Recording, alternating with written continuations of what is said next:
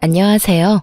저는 얼마 전 남편과 이혼하고 시댁과의 지긋지긋한 인연도 끊어버린 30대 후반의 여자입니다. 살다 보면 정말 별 이상한 일을 겪기도 하는데 제게는 시댁이 그 이상한 일의 중심이었어요.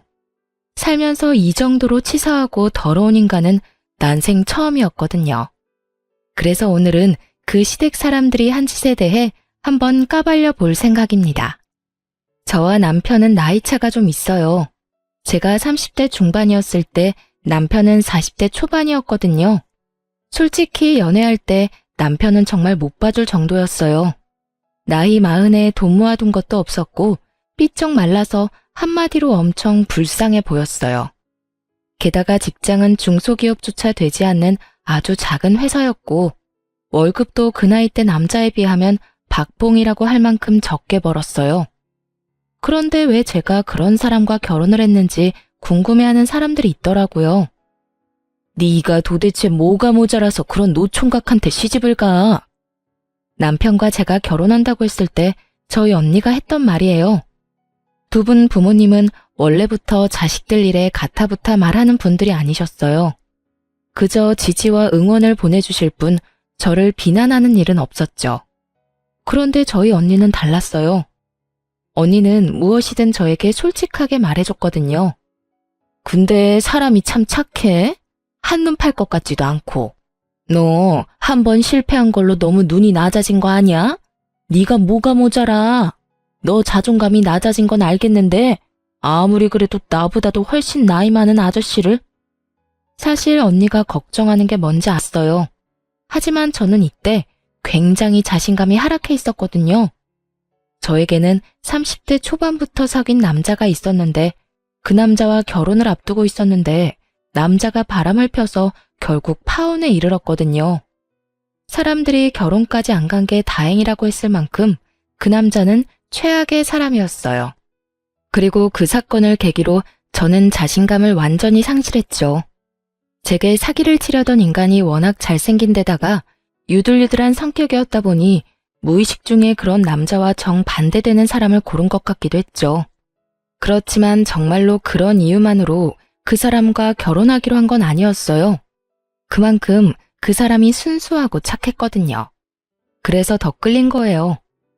언니는 마음에 들어하지 않았지만 부모님은 좀 달랐어요. 시부될 분이 공무원이라 부모님이 좋아하셨거든요. 공무원이라는 직함이 주는 신뢰감이 저희 친정 부모님에게 딱 주어진 거죠. 그렇게 상견례를 무사히 마치고 세부적인 내용을 상의하러 시댁에 들리게 됐어요. 그리고 그때부터 저는 이 결혼에 불안을 가지게 됐어요. 저희 신혼집 이야기를 하는데 시모가 그러더군요. 결혼은 너희 알아서 하거라. 신혼집도 마찬가지야. 너 나이가 40이나 넘어서 어른들한테 의지하고 그러면 안 된다.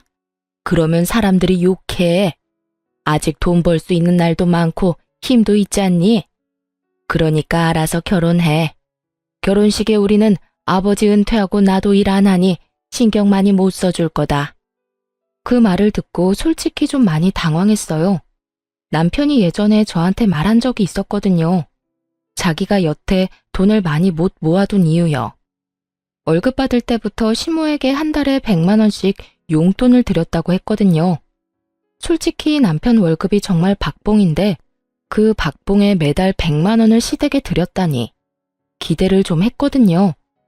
10년 넘게 그렇게 돈을 받아가셨으면 아들 장가갈 때 돈 좀 마련해 주실 수도 있겠구나 하고요. 그런데 아예 선을 딱 긋는 모습에 당황해버렸죠. 남편은 그걸 이상하게 생각하지 않더군요. 결국 저는 그날 돌아오는 차 안에서 남편에게 말했어요. 당신 결혼해서도 어머님한테 용돈 그렇게 드릴 거야? 그렇지 않을까? 여태 주던 걸 안 주는 것도 이상하고. 오빠, 잘 생각해. 지금 당장 오빠 돈 한 푼 없이 결혼하는 거야. 우리 부모님이랑 내가 모은 돈으로 신혼집은 작은 거라도 마련할 수는 있어. 근데 결혼 혼자서 하는 것도 아니고 오빠도 보탬은 돼야지. 어머님한테 그렇게 용돈을 많이 드리면 앞으로 애가 생기고 내가 육아휴직 쓸 때는 어떻게 될 것 같아? 제 말에 남편이 조용히 생각하더군요. 자기가 생각해봐도 무리겠죠. 지금 당장이야 급한 불을 우리 친정에서 꺼주겠지만 그것도 무리해서 꺼준 거예요. 앞으로 더 큰 불은 저희가 알아서 해결해야 하는 문제였고요. 결국 남편은 제 말에 수긍했습니다. 어머니한테 결혼 후에 내가 말할게. 용돈 드리는 거 줄인다고. 한 30만 원만 드리면 되지 않을까? 그 정도면 괜찮아. 나도 우리 엄마한테 그 정도 드리고 있거든. 그렇게 이야기를 하고 나서야 저도 마음이 좀 편해졌어요. 그리고 나도 집 살 때 돈 보탤게. 어머니에게 드리던 용돈을 줄이면 대출금 정도는 낼 수 있을 거야. 아니야, 오빠. 그 돈은 우리 열심히 모아두자. 앞으로 태어날 아이와 우리 노후를 위해서라도 돈은 모아둬야 하거든. 오빠가 내 이야기에 귀 기울여줘서 고마워. 그렇게 저희는 결혼했고 친정 부모님의 도움과 제가 모아놓은 돈으로 신혼집도 어렵게 장만할 수 있었어요. 작고 오래된 집이었지만 그래도 매매였어요. 서울이었으면 엄청 비쌌겠지만 지방이라 가격도 비싸지 않았어요. 그래도 대출 없이 집을 마련했다는 것만으로도 다행이었죠.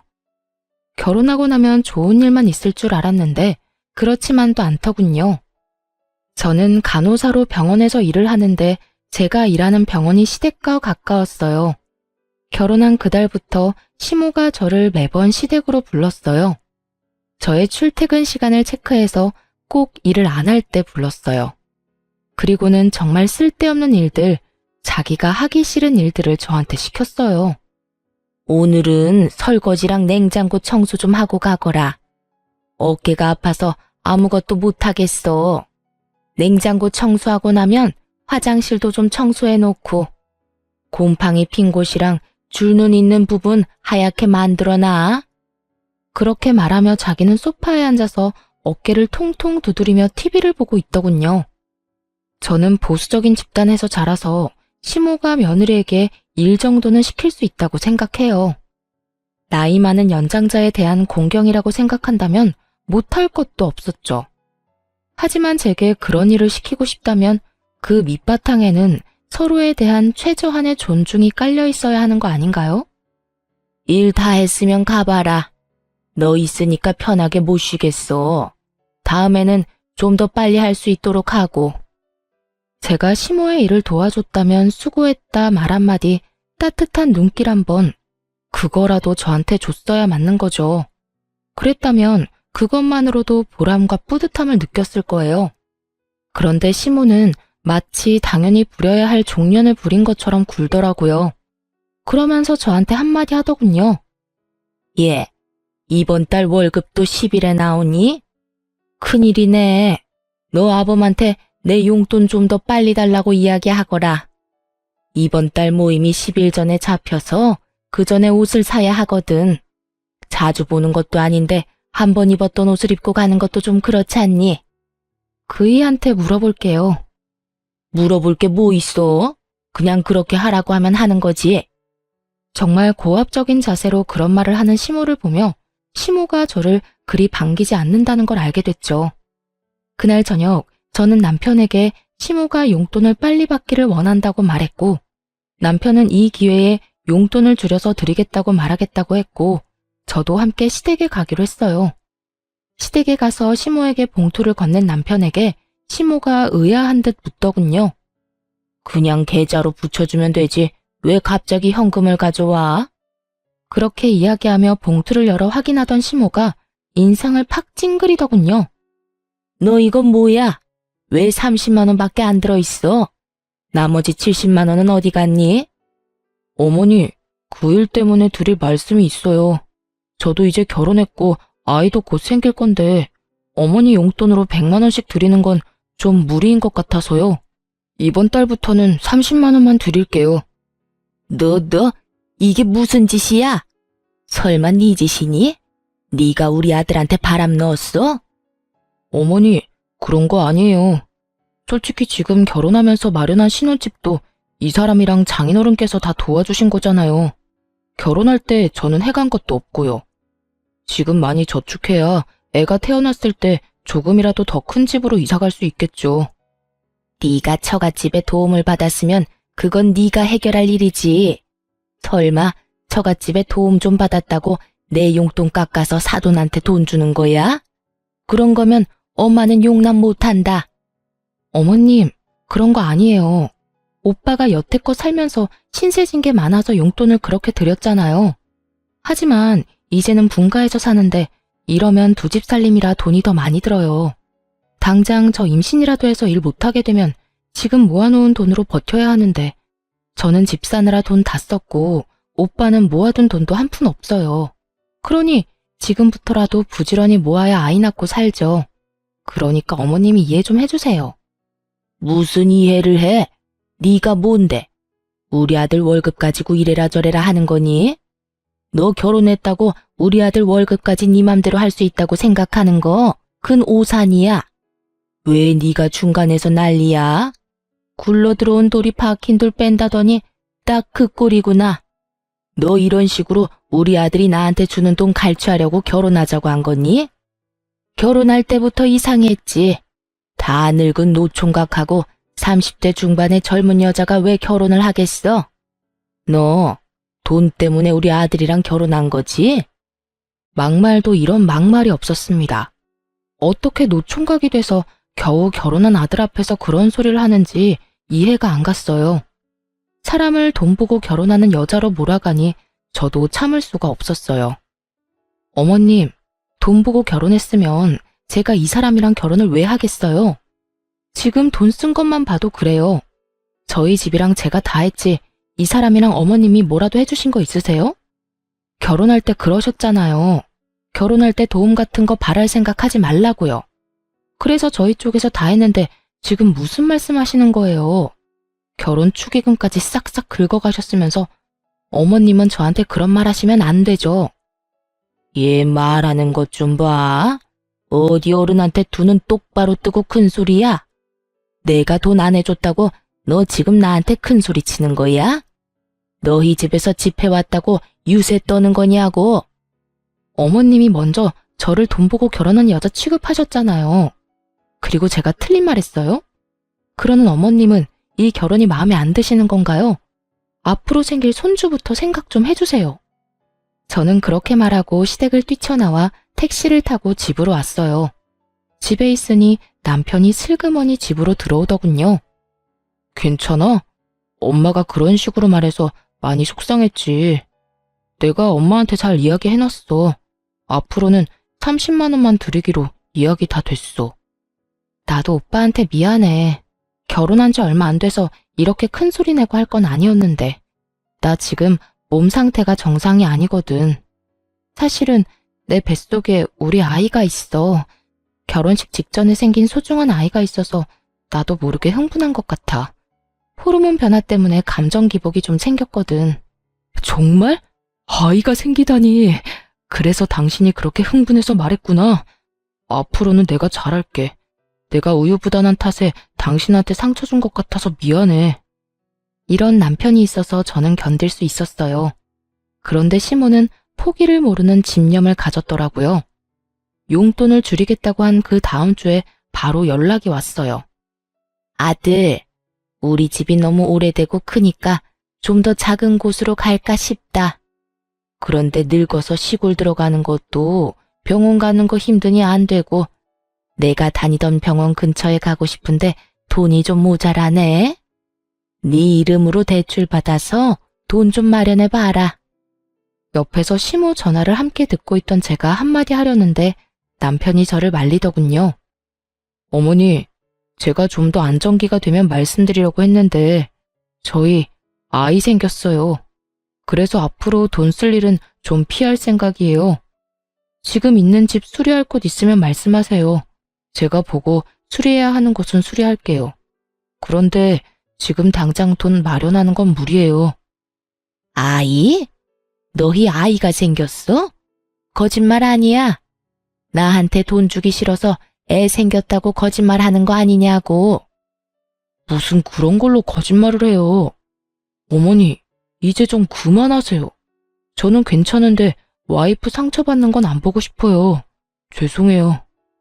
그렇게 전화를 끊는 남편을 보니 그제야 마음이 놓였어요. 시모의 그런 막무가내 요청도 막을 수 있게 됐잖아요.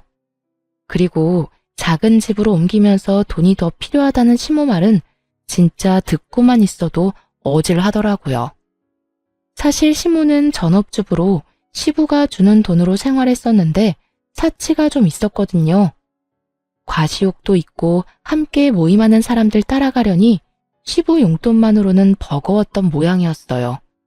그러니 아들 용돈으로 10년 동안 사치스럽게 생활한 모양이었죠. 며느리가 생겨서 이제 그런 생활을 청산해야 하는데 쉽지 않으니 이런 식으로 매번 돈을 요구했어요. 집도 비싼 집으로 가려는 이유는 뻔해 보였어요. 지인들에게 자랑하고 싶었던 모양이었어요. 땅값 비싼 곳으로 이사 갔다고 말이죠. 손주가 생기니 결국은 더 이상 돈을 요구하지는 않더군요. 하지만 그 뒤로는 좀 더 치사한 방법으로 저를 괴롭히기 시작했어요. 제게 반감을 가지고 있다고 생각했는데 나중에 그 속내를 확인하고는 소름이 돋았어요. 평범한 사람이라면 상상도 못할 검은 속내가 있더라고요. 저는 결혼과 동시에 임신을 했고 아이를 낳았어요. 딸은 시모의 의심과는 다르게 남편과 무척 똑같이 생겼었어요. 아무도 남편 아들이 아니라고 생각도 못할 정도로 말이죠. 시댁에는 그 용돈 사건 이후로 잘 가지 않았고 명절과 생일, 어버이날에만 방문하게 됐어요. 그 외의 날에는 남편 혼자 시댁에 들렀죠. 아이가 2살 때였어요. 음식을 차리는 건 거의 다 제 몫이었어요. 시모는 절대로 저를 도와주지 않았어요. 딱 하나, 밥만 시모가 했죠. 그런데 그보다 더 짜증나는 일은 따로 있었어요. 밥을 먹으려고 할 때마다 저를 바깥으로 심부름을 보냈거든요. 시댁에서 마트까지는 적어도 걸어서 왕복 20분은 걸렸어요. 가는데 10분, 장 보는데 10분, 오는데 10분이면 총 30분을 보내는 거죠. 심부름은 항상 간장이나 막걸리, 음료수 같은 액체로 된 무거운 물건들이었죠. 미리 사두면 될 것인데 항상 그렇게 저를 시켰어요. 그리고 갔다 오면 다들 밥을 다 먹고 저는 남아있는 찌꺼기만 먹어야 했죠. 게다가 그뿐이면 말을 안 해요. 항상 제 몫에 새밥만 없어서 찬밥을 줬는데 그 밥에서는 항상 쉰내가 났어요. 어머니, 이거 상한 것 같아요. 어머, 어쩌니? 밥이 없는데 햇반이라도 사와서 먹어. 그러면서 또 내보내는 거예요.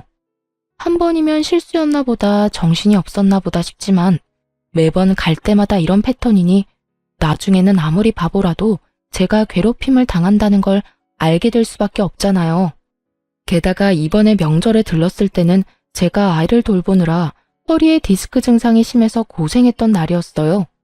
시모가 밥을 다 차리게 해놓고는 저에게 또 일을 시키더군요. 예, 내가 보니 간장이 뚝 떨어졌더라.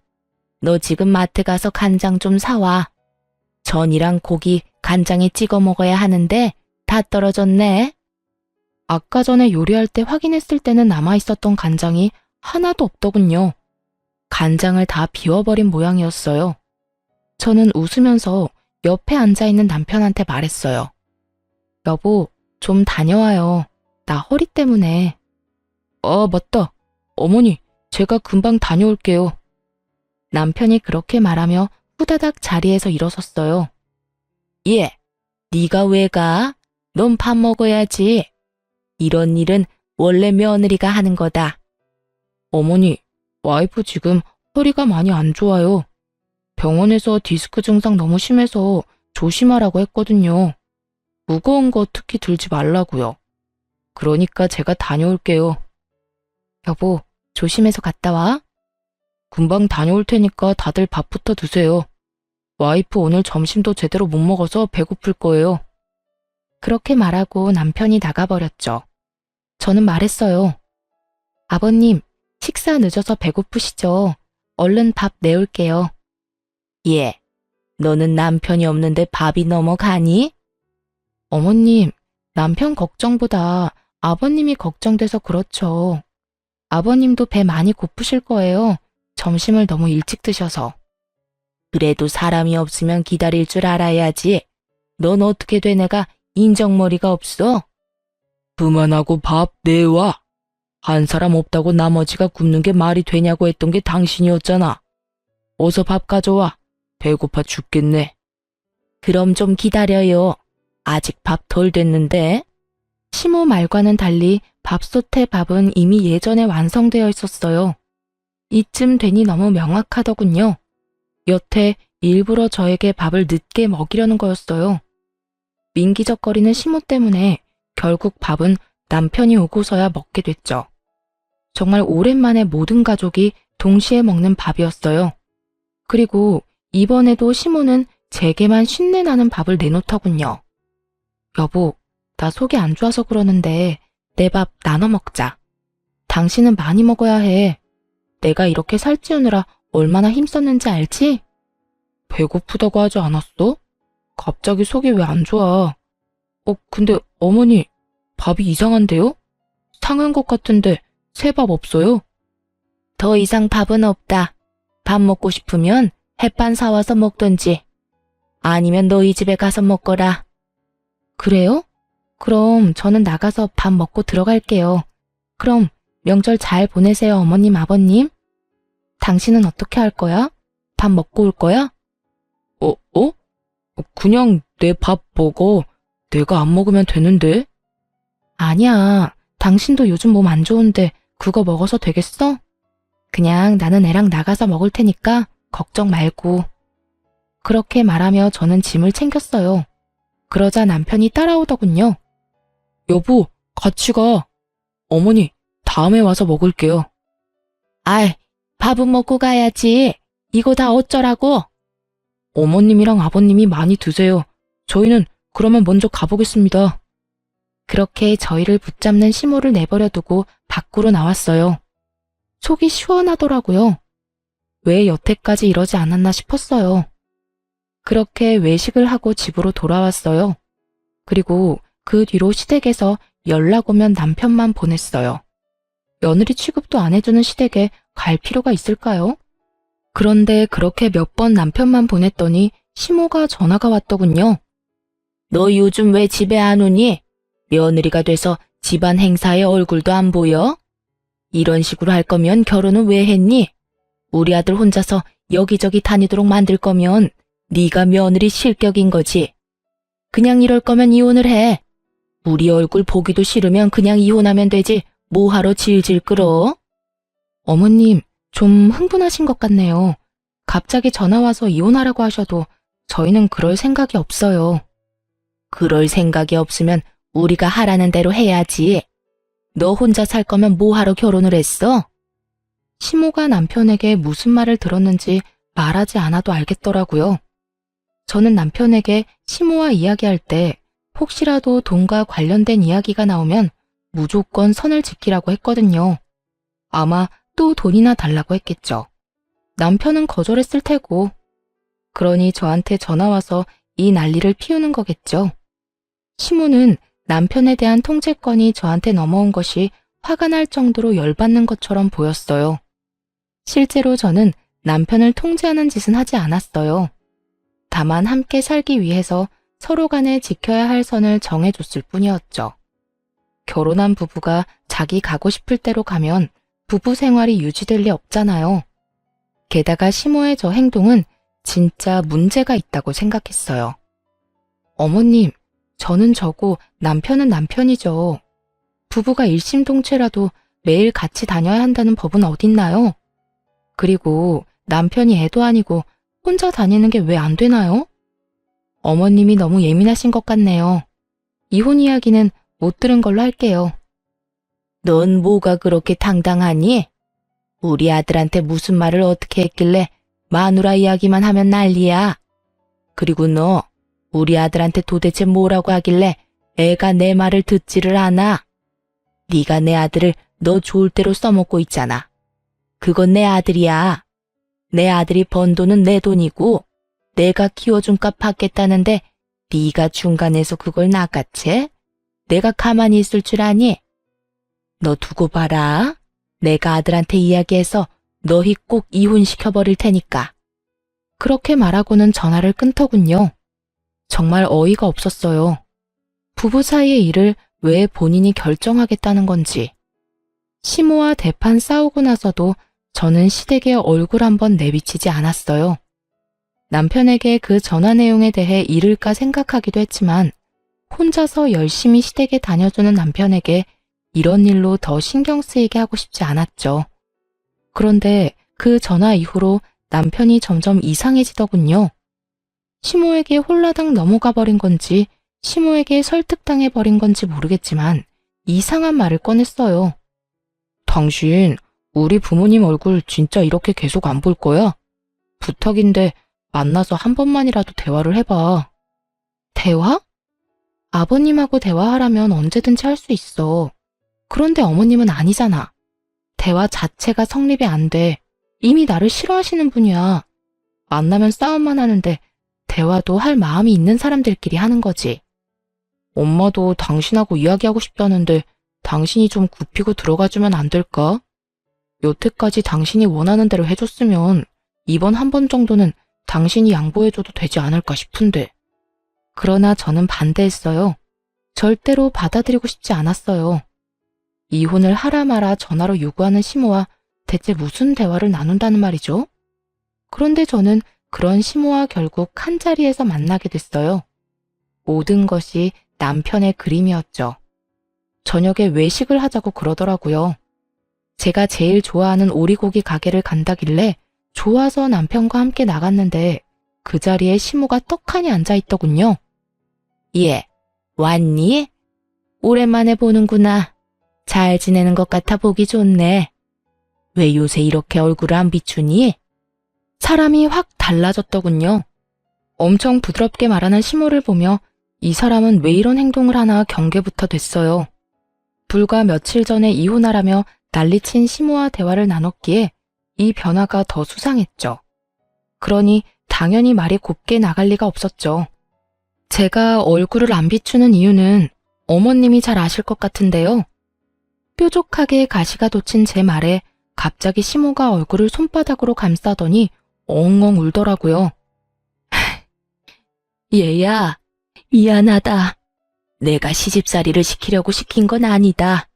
나는 다 너 욕먹지 말라고 그런 거야. 어디 가서 며느리 네가 하고픈 대로 하면 사람들이 배운 거 없다면 욕할 테니까. 그래서 내가 미리 너에게 가르쳐준다는 것이 너를 오해하게 만들었어. 미안하다. 지금 왜 우세요? 정말 할 말이 이거 말고는 나오지 않았어요. 이 사람이 왜 이러나 싶었다니까요. 네가 화난 것도 알겠는데 도대체 내가 뭘 그렇게 잘못했니? 나는 다 너 잘 되라고 한 거야.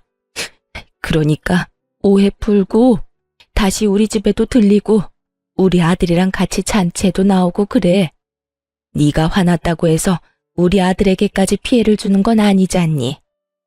게다가 요즘에는 나도 며느리한테 버림받았냐며 사람들 입방아에 오르내리는 상황이라 어디 나가기도 무섭고. 다 내가 잘못했다. 그러니까 제발 용서해주면 안 되겠니? 완전 불쌍한 척 쇼를 하고 계시더라고요. 왜 울어요? 울고 싶은 건 저였는데. 그리고 자기가 뭘 잘못했냐니 전화로 이혼하라며 난리치던 건 잘못이 아닌가요? 제가 당황해서 입만 벌리고 있는데 남편이 그러더군요. 여보, 우리 엄마가 사과하잖아. 그러니까 이제 그만 사이좋게 지내줘. 중간에서 고생하는 날 생각해서라도. 게다가 어머니가 이렇게 울면서 사과하실 정도면 정말로 당신이랑 잘해보고 싶어서 그런 거야. 나는 지금 이 상황 자체가 이해가 안 돼. 어머님이 왜 울면서 나한테 사과를 하셔? 불과 며칠 전에 전화와서 당신이랑 이혼하라고 하셨어. 게다가 당신도 알다시피 상한 밥, 그거 당신은 그날 처음으로 받겠지만 나는 결혼 후 내내 그 상한 밥이 나왔다고. 그것뿐인 줄 알아? 결혼 직후에는 식모처럼 시댁에 불러서 일 시켰잖아. 나더러 지금 그런 상황에 잘해보라고? 나는 어머님의 사과가 진짜라는 생각이 안 드는데. 그런 것들 다 통틀어서 미안하다고 먼저 사과하시는 거잖아. 당신 이렇게 속이 좁은 사람이었어? 어른이 먼저 사과하면 받아줘야 하는 게 당연한 일이잖아. 앞으로 그런 일 없겠다고 말씀까지 하셨고. 그러니까 그게 진짜로 사과한 게 아닌 것 같다고. 불과 며칠 전에 나한테 연락 와서 아들이랑 헤어지라고 하신 분이 어머님이야. 그런데 지금 며칠 지났다고 나한테 사과를 하셔? 당신은 그게 이해가 돼? 그렇게 죽일련 살릴련 난리를 피우더니 갑자기 왜? 남편의 어이없는 말에 대꾸를 하며 흙이 시모를 훔쳐보던 제 눈에 정말 경악스러운 모습이 비춰졌어요.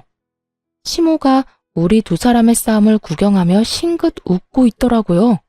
순간 온몸에 소름이 쫙 돋는 거 있죠? 우리 싸우게 하려고 이랬나 싶었어요. 그때 시모가 끼어들었어요. 그만들 해라. 나 때문에 너희들끼리 싸우지 말어. 아들아, 나는 할 만큼 다 했다고 생각한다. 네가 며느리랑 사이좋게 지내라고 해서 사과까지 했어. 내가 뭘 잘못했는지는 모르겠지만 그런 일들이 실수라고 말한들 네 처한테 먹히지도 않겠지. 네가 며느리와 헤어진다고 해도 나는 안 말린다. 어른인 내가 먼저 사과까지 했는데 그 사과마저도 안 받아들인 사람이야.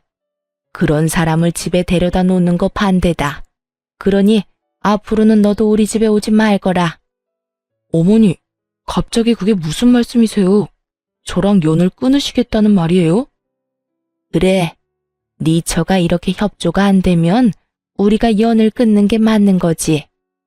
시모는 교묘하게 남편을 선동하기 시작했어요. 양자택일이었죠. 와이프냐 부모냐 고르라는 거였어요. 남편이 중간에서 갈팡질팡 하더군요. 저는 그 갈팡질팡에 더 배신감이 느껴졌어요. 어머니, 저는 연 끊을 생각 없어요. 우리도 너와 연 끊을 생각은 없었어. 그런데 네 마누라를 봐라. 아주 완고하잖니? 고집이라는 고집은 있는 대로 부리고 어른들이 머리를 낮추고 들어가도 빳빳하게 고개 들고 나한테 따지는 거 못 봤니? 나는 그런 여자는 며느리로 두고 싶지 않다. 내가 자존심 다 내려놓고 사과하면 뭐하니? 받아줄 생각이 없는데. 당신 진짜 우리 엄마랑 화해 안 할 거야? 엄마가 이렇게까지 말하는데 도대체 뭘 더 바래? 와, 당신이 이렇게까지 이기적인 사람인지 몰랐어. 나랑 우리 엄마가 이렇게 고개 숙이고 들어갔으면 받아주는 척이라도 해야 하는 거 아니야? 그리고 막말로 시댁 어른이잖아. 어떻게 너는 네 생각만 해? 네가 힘들다고 나랑 부모님 관계 다 망쳐놓는 게 말이 되는 일이야? 아들, 됐다. 더 이상 설득하려 하지 마. 이해가 안 되는 사람들은 평생 이해를 못해. 내가 이것 하나만 확실히 말하마. 재산 분할은 확실하게 해라. 돈 문제는 확실하게 해야 뒤탈이 없어. 너희가 이혼을 하든 뭘 하든 상관은 없는데 이 엄마는 네가 재가를 해도 더 좋은 여자를 만날 수 있을 거라고 확신해. 아예 이혼을 하라고 등을 떠밀고 있더군요. 결국 식사도 제대로 못하고 집으로 돌아온 저는 남편에게 말했어요. 진짜 나랑 헤어질 거야? 당신이야말로 나랑 헤어지고 싶지 않으면 어머니 말씀 좀 들어. 일 그거 시키는 거 가지고 왜 그렇게 민감하게 굴어? 어르신 힘 없으니 며느리한테 일 시킬 수도 있지. 그냥 일 시키는 거면 나도 해. 근데 일을 하고도 수고했다 한마디 해주는 법이 없잖아. 마치 당연한 듯이 집에 딸린 종 부리듯이 하는데 내가 왜 화가 안 나겠어? 반대로 생각해보라고. 우리 엄마가 오빠를 마음대로 불러서 일 시켜먹고 일 다 했으니까 빨리 너희 집에 가라고 하면 기분이 좋겠어? 그리고 어머님 아까 나한테 사과하신 것도 다 거짓말이야. 우리 둘이 싸울 때 어머님 웃고 계셨다고. 너 도대체 어디까지 우리 엄마를 모욕할 거야? 엄마가 왜 그런 짓을 하는데? 울면서 사과하는 모습이 애처로워 보였는데 네 눈에는 그게 웃는 것처럼 보였어? 아, 진짜 말이 안 통하네. 우리 이혼이라도 해봐. 어머님이 당신한테 돈 이야기 안 할 것 같아? 분명히 돈 이야기할 거 뻔하다고. 어머님 용돈이 나 때문에 줄어들었다고 생각하시니까 당연히 우리 둘 이혼시키고 싶어 하시는 거고 다 당신 돈 때문에. 그만 좀 해. 부모님이 나한테 그럴 리가 없잖아. 여태껏 내가 부모님한테 드린 거야. 그리고 틀린 말은 아니잖아. 당신 때문에 줄였던 거. 그래서 내가 어머님한테 주는 용돈 적게 주라고 했다고 지금 나한테 화내는 거야? 그러면 적게 주자고 했을 때 차라리 화를 냈었어야지. 당신도 거기 수긍했으면서 왜 이제 와서 사람 뒤통수를 때리는 건데? 됐다 됐어. 그냥 헤어지자. 이혼해. 나는 내 말 믿지 않으려는 사람하고 더 이상 같이 살기 싫어. 진짜 이렇게까지 해야겠어? 좀 굽히고 들어가라고. 싫다고. 어머님 저러는 거 당신에 대한 통제권을 나한테 뺏겠다고 생각해서 그런 건데 게다가 울면서 사과하는 사람이 뒤에서 웃고 있으면 그게 진심일 리가 없잖아. 당신하고는 말 안 통하니까 그냥 이혼해. 나도 이딴 식으로 매번 부딪히기 싫으니까. 저는 그렇게 남편과 이혼 서류를 냈어요. 결국 남편에 대한 통제권은 시모에게 넘어갔고 저와 남편은 이혼 소송을 진행했어요. 서로 변호사 선임한 직후 저는 남편에게 시모와의 마지막 통화 내용을 보내줬어요. 저도 예전에 자동 녹음 기능을 켜놨던 건데 그게 켜져 있어서인지 시모와의 대화가 자동으로 녹음이 됐더라고요. 그 통화 내용이 남편에게 어떤 식으로 작용했는지 모르겠지만 통화 내용을 보내고 나서 며칠 뒤에 남편이 잠깐 만나자고 하더군요. 이혼 때문에 할 이야기가 있다고요. 저는 만날 생각 없었지만 남편이 제가 일하는 병원 앞으로 찾아와서 기다리고 있더라고요. 결국 남편과 대화를 하게 됐는데 살이 엄청 빠졌더라고요. 고작 몇 주 만에 말이죠. 무슨 일로 보자고 한 거야? 난 할 말 없어. 이야기는 변호사 통해서 하면 되잖아. 여보, 이혼은 없던 일로 하면 안 될까? 당신이 그때 그랬지. 어머니가 내 돈 때문에 이혼하라고 하는 것 같다고 말이야. 정말로 그런 것 같아서 그래. 어머니한테 당신이 이혼하자고 했다고 하니까 갑자기 웃으시면서 잘 됐다고 하시더니 용돈부터 100만 원으로 다시 올려달라더라. 난 잘못 들은 건 줄 알았어. 당신 말대로 돈 이야기부터 할 줄은 정말 상상도 못해서. 남편은 경황이 없는 목소리로 제게 하소연하듯 말하더군요. 그래서? 그래서라니. 당신 말이 다 맞았으니까 내가 잘못했다고. 그러니까 우리 이혼 없던 걸로 해줘. 내가 알던 어머니가 아니었어.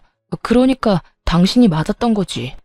그 전화 내용도 확인해보니까 다 사실이었고 어머니가 그때 나한테 한 말이 더 소름 끼쳤어. 다음에는 용돈 많이 주는 돈 많이 버는 며느리 찾으라고. 그러면서 어머니 덕분에 이혼하는 거니까 위자료나 재산 분할 받으면 반은 내놓으라고 하시는데 그리고 집이 허름하니 우선 나더러 대출받아서 집부터 옮겨서 같이 살자고 하더라고. 같이 살면서 또 얼마나 뜯어가시려는지 그 말 듣는데 내가 진짜 헛다리 짚었다는 생각밖에 안 들더라. 남편이 초췌해진 얼굴을 쓸어내리며 말하더군요. 빌빌거리며 다 죽어가는 인간 인공호흡기 꽂아줬더니 제 손으로 인공호흡기 빼고는 다시 삐쩍 말라가다가 이제야 정신을 차린 모양이었어요. 참 웃긴 게 그렇게 시모가 남편 돈을 원하는 거였다고 말해줘도 그때는 들은 척도 안 하더니 직접 귀로 들으니 또 달랐나 봐요. 내가 몇 번이나 이야기했을 때는 믿지도 않았으면서 이제야 정신이 들었어? 근데 어쩌나? 나는 이미 당신한테 정 떨어진 지 오래됐는데? 결혼이라는 건 신뢰를 바탕으로 이뤄지는 건데 당신은 그걸 깼어. 나를 의심하기 시작한 순간부터 당신이랑 내 사이는 깨진 거라고. 그리고 그건 다시 못 붙여. 당신 어머니가 그 사람인 이상 우리는 또 깨질 거니까. 그러니까 내가 어머니와 연락 끊을게. 진짜로. 이번에는 당신 말 제대로 들을 테니까 제발 부탁이야. 난 당신 받아줄 생각도 없고 다시 만나고 싶은 마음도 없어. 당신이 나한테 준 게 얼마나 큰 배신이었는지 당신은 모르지? 그리고 나는 한 번 배신한 놈은 다시 배신할 가능성이 높다고 생각해. 그러니까 여기서 깔끔하게 끝내는 게 맞는 것 같아. 앞으로 이런 일로 연락하지 마. 그리고 당신이 당신 엄마랑 연을 끊든 말든 이제 와서 나랑 무슨 상관이야? 이 이혼은 당신 선택으로 결정된 건데 진짜 웃기다. 어머니 탓하면 마음이 좀 시원하니? 어머님이 잘못한 건 누가 봐도 당연한 건데 그런 어머니한테 홀라당 넘어간 너한테는 잘못이 없다고 생각하나 봐. 그런데 네가 제일 나빠. 믿을 것처럼 해놓고 결국에는 배신하는 인간. 그렇게 남편 놈에게 일침을 하고 돌아섰죠. 그렇게 저희는 이혼을 했어요. 결혼 기간이 길지 않아 결국 제 명의의 집은 제 것이 되었고 아이도 제가 키우게 됐어요. 고부 갈등으로 인한 이혼이라는 제 주장도 받아들여져 남편 놈이 제게 위자료를 지급하게 됐죠. 그렇게 몇 달간 정말 속은 쓰리지만 마음은 편하게 살았어요. 그런데 하루는 망할 아줌마한테서 연락이 왔더라고요. 너 우리 아들 어디로 빼돌렸니? 위장 이혼해놓고 여전히 우리 아들이랑 같이 사는 거 맞지? 뜬금없는 소리를 해대는 통에 저도 당황했어요. 이혼한 사람을 왜 여기서 찾아요? 저랑 같이 안 살아요. 거짓말 하지 마. 이놈이 너 아니면 우리를 이렇게 버리고 갈 리가 없어. 지금 집안이 어떤 꼴인지 알기나 하니? 아들이 줄 돈으로 갚으려고 했던 카드값이랑 대출금 못 갚아서 신용불량자 돼서 집으로 차 앞딱지가 붙었어. 집꼴이 말이 아니야. 그 와중에 짐 싸서 도망이 나가? 네가 우리 아들 숨긴 거 맞잖아. 딱 보니 견적이 나오더라고요. 전 남편이 부모를 놔두고 도망쳤더라고요. 하긴 감당이 되겠어요. 결혼했을 때는 자기 월급이 자기 것이었겠지만 이혼하고 나니 자기 월급이 시모 것이 되어버렸으니 말이죠. 전 이혼하고 딱 한 번 봤어요. 저한테 다시 살자고 하더라고요. 그 사람 도망간 이유 알고는 있으세요? 저한테 그러던데요. 어머니가 자기를 돈으로 본다고요. 제가 마지막에 어머님이 저랑 통화한 내용도 전 남편한테 보내줬거든요. 그거 보고 큰 깨달음을 얻었던 건지도 모르죠. 그래서 기분이 어떠세요? 돈줄인 아들 저한테서 되찾아가려다가 결국 아들한테 버림받게 되신 기분이? 너 그걸 말이라고? 결국 그놈의 돈 때문에 아들도 돈도 다 잃어놓고 누굴 탓해요 지금? 당신이 뿌린 그대로 돌려받는 거니까 괜히 저한테 뭐라 하지 말고 아들 있을 법한 곳이나 찾아보세요. 찾아봐야 그 사람이 받아줄지 안 받아줄지는 모르겠지만 말이죠. 저는 실컷 비웃어준 다음에 전화를 끊었어요. 이날이 정말 가장 속이 시원한 날이었어요. 가슴에 박혀있던 돌덩이가 쑥 하고 내려간 기분이었거든요. 돈 때문에 안달이 나서 저한테 전화해서 아들 찾는 모습을 보니 그냥 조용히 자식 부부 이혼하도록 선동질만 안 했으면 평온하게 노년을 맞이할 수 있었을 텐데 결국 자기 마음대로 아들을 휘두르려다가 아들에게도 버림받고 돈까지 없어서 허우적대고 있잖아요. 솔직히 시모가 금방 전 남편을 찾을 거라고 생각했어요. 직장으로 찾아가면 금방 볼 수 있을 테니까요. 그런데 나중에 보니 직장도 그만뒀더라고요. 저한테 거절당하고 꽤나 상심이 컸는지 지방으로 내려가 직장을 구했다고 들었어요. 시모가 찾을 수 없도록 아예 아주 멀리 가버렸더라고요. 나이가 있어서 좋은 직장은 구하지 못하고 생산직 공장에 들어가 돈을 벌고 있었어요. 나이가 적은 것도 아니고 40 중반에 집도 마누라도 자식도 잃고 부모까지 스스로 내던지고 아무도 모르는 지방에서 집과 직장만 오가는 삶을 선택했더라고요. 딱하지만 제가 도울 수 있는 건 없었어요. 그렇다고 제가 제 스스로 다시 지옥으로 몸을 밀어 넣는 짓은 할 수는 없잖아요. 누군가는 남편이 참 불쌍하다며 다시 잘해보지 않겠냐고 그렇게 말하기도 했지만 다시 붙인다고 깨진 조각에서 물이 안 새는 건 아니죠. 그리고 저도 살아야 하잖아요. 남편이 불쌍한 삶을 산다고 제가 힘들고 상처 입었던 일들이 사라지는 것도 아니고요. 그리고 전 남편이 떠난 시댁은 완전 망해버렸더라고요. 자식 새끼가 돈 다 갚아줄 거라고 자신만만하게 돈 낭비하던 시모가 결국에는 그걸 고스란히 다 갚아야 했고 가진 돈으로 해결이 안 되어서 결국 집까지 팔았더군요. 나중에는 단칸방으로 이사 갔다고 하더라고요. 거기 들어가서는 시모보다 7살이나 많은 시부가 병을 얻는 바람에 요양원까지 보내야 했고요. 자식이 사라졌으니 보호자도 없이 시모가 직접 보살피겠죠. 그 지경이 될 때까지 참 어떻게 그렇게 펑펑 돈을 썼는지. 전 남편은 자기 부모님이 그런 상황인데도 부모에게 도움을 주기는커녕 아무것도 안 하고 그냥 자기 할 일만 열심히 한다고 하더라고요. 그만큼 가슴속에 사무친 게 많은 건지 아니면 시모에게 받은 배신감이 그만큼 컸던 건지 그건 본인 빼고는 아무도 모를 거예요.